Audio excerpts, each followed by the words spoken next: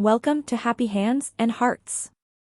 When a large language model is first born, it is a generalist. It has read billions of pages from the internet, from recipes to rocket science. It knows a little about everything, but it isn't an expert in anything. The logic of fine-tuning is the logic of specialization. It is the process of taking a space model and narrowing its focus until it becomes a master of a specific craft. Think of a medical student. First, they go to med school to learn how the entire human body works. This is pre-training. They know the basics of everything. But to become a heart surgeon, they must enter a residency.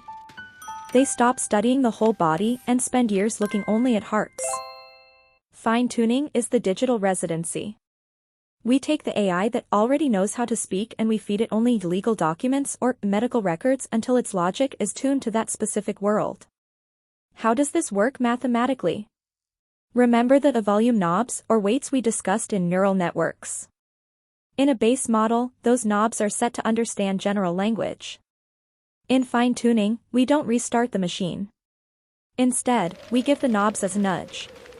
We slightly adjust the connections so the AI prioritizes the vocabulary and rules of the new subject. We aren't teaching the AI how to think, we are teaching it what to think about. This is the secret behind the AI tools used by professionals. A lawyer doesn't want an AI that knows how to write poems, they want an AI that understands the logic of the law. By fine-tuning, we create tools that are safer, more accurate, and more useful. It allows a general brain to become a precise instrument.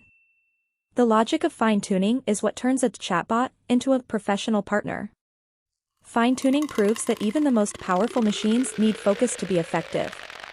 When we narrow the logic, we increase the power. Logic is universal. Tools are temporary.